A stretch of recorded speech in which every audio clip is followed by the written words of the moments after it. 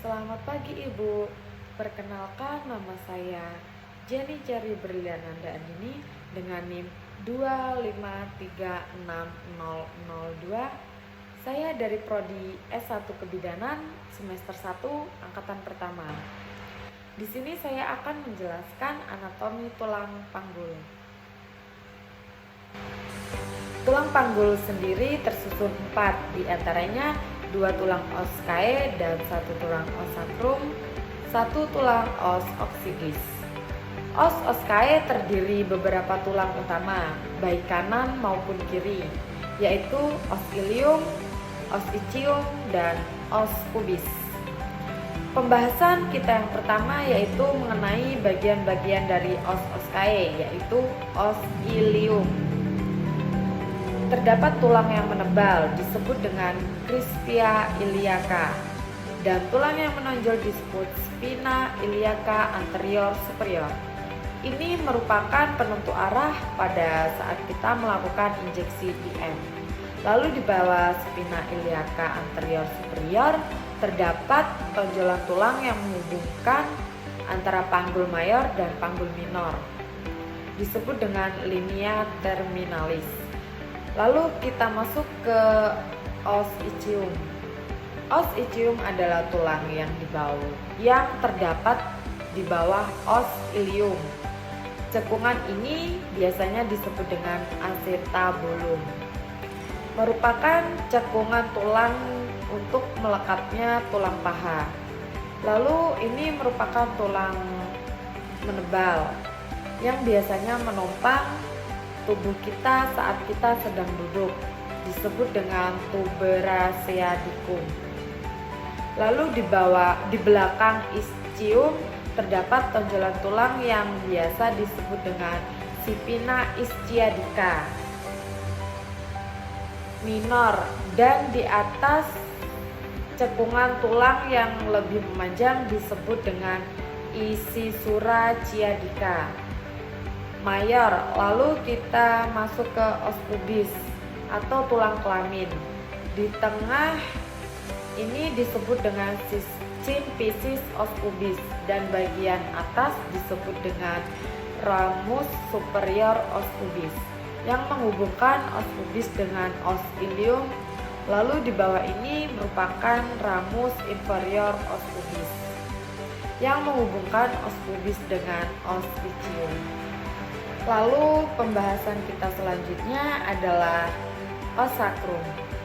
Os sacrum adalah tulang yang memiliki 5 ruas, yang setiap ruasnya terdapat lubang-lubang yang biasanya disebut dengan foramen sacralis.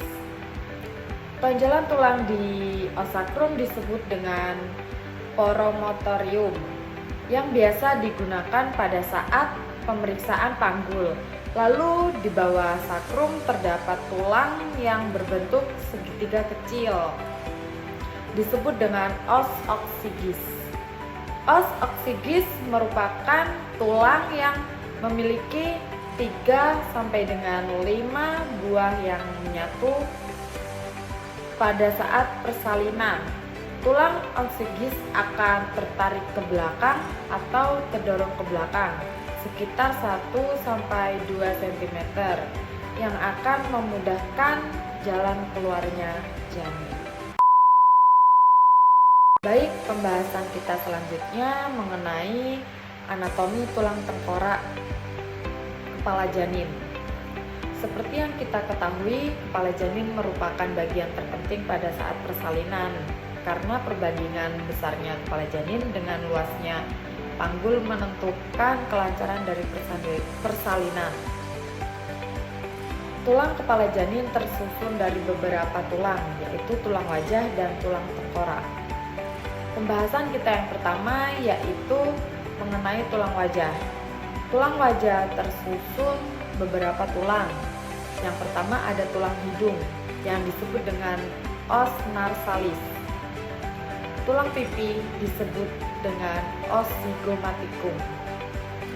Tulang rahang atas disebut dengan os maxillaris dan tulang rahang bawah disebut os mandibularis. Lalu kita beralih ke tulang tengkorak. Tulang tengkorak tersusun dari beberapa tulang utama, yaitu tulang dahi atau disebut dengan os frontalis. Os frontalis ada dua, os frontalis kiri dan os frontalis kanan. Dan selanjutnya ada os parientalis, baik kiri maupun kanan. Tulang pelipis atau os temporalis ada dua juga, yaitu os temporalis kiri dan temporalis kanan. Lalu yang selanjutnya tulang belakang, yaitu os occipitalis. Tulang tersebut dipisahkan oleh sela-sela di putih oleh membran yang disebut dengan struktural. Os frontalis dipisahkan oleh antara os frontalis kiri dan os frontalis kanan. Lalu struktural cornelia memisahkan antara kedua frontalis dengan kedua varislaris. Lalu ada struktural sagittaris, merupakan struktura yang meliputi melintang secara vertikal yang memiliki antara os parientalis kiri dan os parientalis kanan. Lalu di sini ada struktura lamproidea yang memisahkan antara os occipital dengan os parientalis.